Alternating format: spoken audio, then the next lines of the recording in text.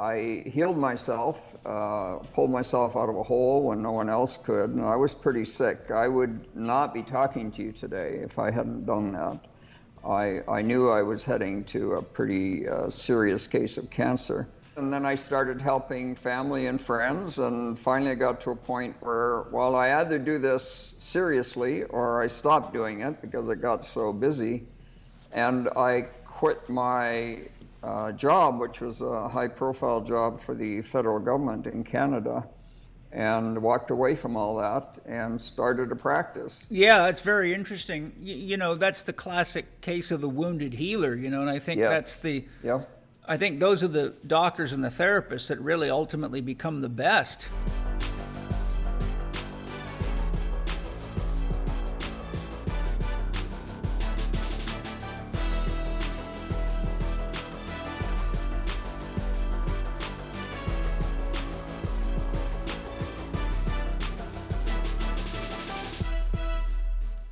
Rudi, from our conversations, I know you have a very diverse background and approach to your patient care and have been studying homeopathic remedies for about 35 years now. Could you share an overview of your background and what led you to studying homeopathic medicines as opposed to a standard allopathic approach? Well, very quickly, when I went to university, I actually considered going into pre-med, but I got so fed up with their materialistic, quantitative approach that I decided to go a completely different direction, which was essentially, I went into history and philosophy, and then I didn't think too much about medicine until I got seriously ill in my 30s. Wow. And nobody could help me. I have a problem that I can't take drugs. They make me psychotic. So that was never an option. And I knew that homeopathy was a possibility because my parents had a homeopathic doctor in Holland before the war. And so I just didn't see it as an alternative or quackery or anything like that. I just started studying because medical doctors there in Europe used it.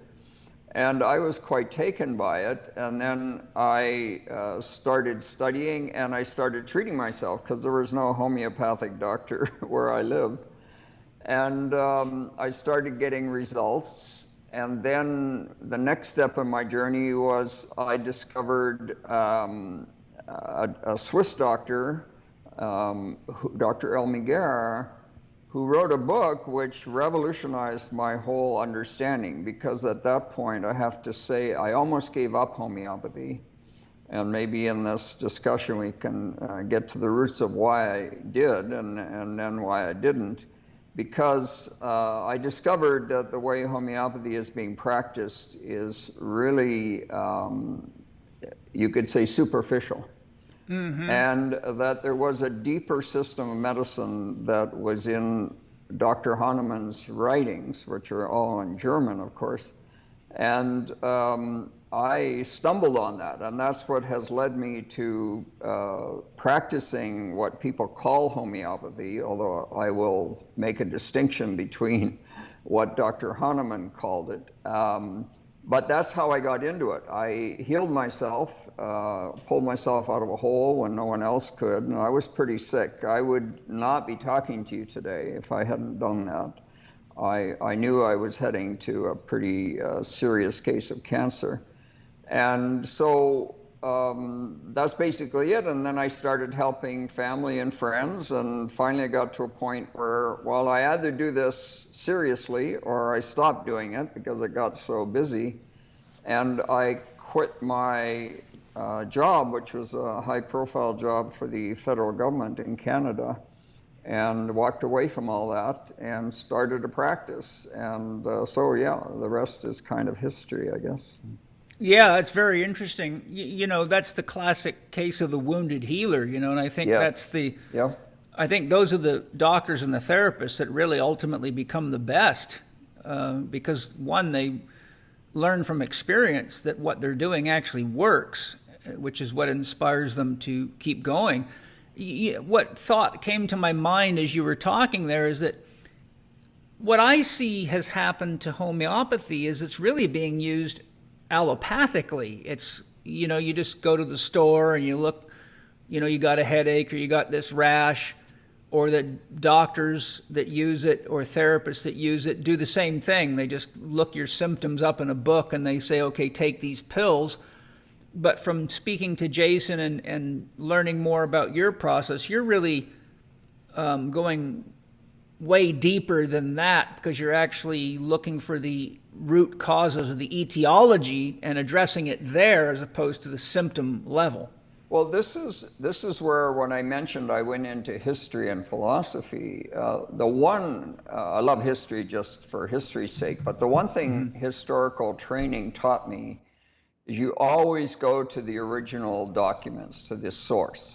Right. Never trust secondary or tertiary documents. And I've had many instances where what the secondary document said is not borne out by the primary document. So, yes. When I learned homeopathy the classical way, I studied purely from secondary documents. That's how you study. Yeah.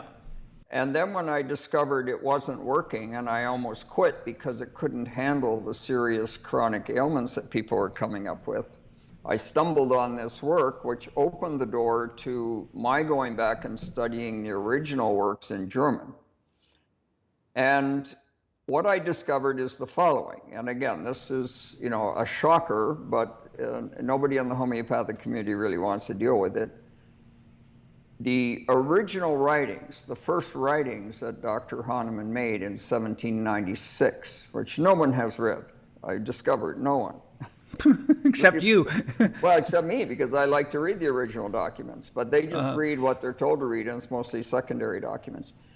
Said that there were two approaches that you could use in medicine, and using the law of similars. One is to go after the causation, okay? Had nothing to do with symptomology. Right. So if you get hit on the head, you don't sit and ask a person what their symptoms are. You know immediately, and I can tell you a number, you can prescribe very, very quickly once you know this. A person comes in and says, I banged my head and I haven't been feeling really, I've got a headache and I have fatigue. It doesn't matter what their symptoms are. Oh, you banged your head, okay, take this remedy or this set of remedies.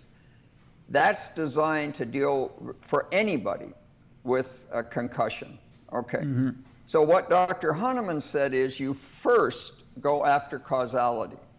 You're always looking for causality. Now, there are many levels of causality. We can get into that. But if, for example, you've treated for the causation, but there remains some residue of illness or disease, you can't go by causation because you just treated for it. Right. You then have to go by the symptomology. Now, going by symptomology is very difficult and complex at the best of times. And even Dr. Hahnemann said it's only for master homeopaths. And you said I was a master, but I'm not when it comes to homeopathy, the symptomological approach. Even Hahnemann had trouble. So why do you need to treat symptomologically? Because if you have a disease vector, doesn't matter if it's an infectious one or a blow to the head or, an emotional trauma, it doesn't matter. They're all vectors. They will interact with your life force, okay? And in interacting with your life force, they will make babies, you could say. Yeah. The babies don't necessarily get destroyed when you treat the causality. 80% of the time they do, because they can't survive on their own yet. But if it's been there long enough, it'll bury itself into the system, and that effectively will make it independent. So then you have to go after it because it's a child of the causation. Yeah. You have to go after it through symptomology, but now it's very easy to do. I can isolate that child and do the symptomological prescribing fairly quickly. And you can do that using mainly only about 40 to 60 different homeopathic remedies, not thousands. So it makes things a lot easier. But the answer is that effectively, Dr. Hahnemann created a system. He didn't call that homeopathy. He called his whole system, the German term is Heilkunst, which means the art of cure, the art of remediation.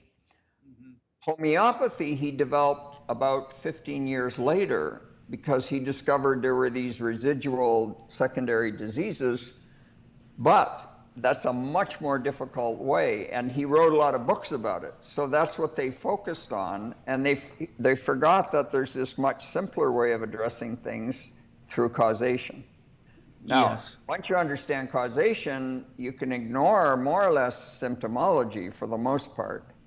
And then the focus shifts in teaching the levels of causation, the chain of causation. Now, you mentioned in some of your questions that you sent me, you mentioned, what about, where disease comes from, and does it affect the etheric, astral, level, etc. And yes, if we want to get into the question of where disease comes from, okay, my experience and understanding, scientifically and philosophically and historically, is that all disease comes from karma. And there are levels of karma.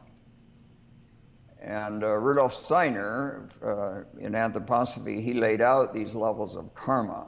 And they accord very well. I didn't know this beforehand, but they accord very well with the levels of causation treatment that we do. So the first level is the physical karma.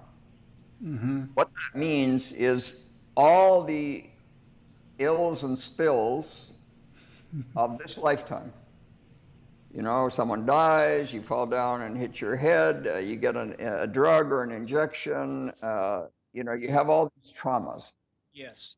These are what we call physical body trauma, physical karma, okay? All those things don't happen by chance. They happen because your karma is triggering this to bring things to your attention. Just if you could, sorry to interrupt you, but karma has, it's a loaded term, and many people have their own distinction of it. So classically, karma in the Hindu context is action-reaction. How are you using it?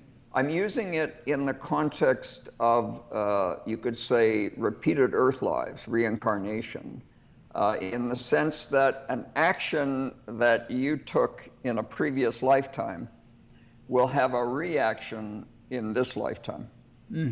So if you fall down and hit your head, that wasn't an accident, it just happened. There is a karmic, you could say you were set to fall down because you needed to learn a lesson. Like, karma is not a punishment, it's a teaching tool for you. So all the things that happen in your life, all your experiences, are designed to teach you something about yourself and change your behavior. But the issue is that the first thing we treat in any patient is the physical karma. So we take the timeline and we get the patient to fill out the timeline, and we start treating from the most recent trauma and work our way back to the point of conception. So even the state of mind of the parents at the time of conception, if it's known, can be very critical to the development of the child. So we clear all of that.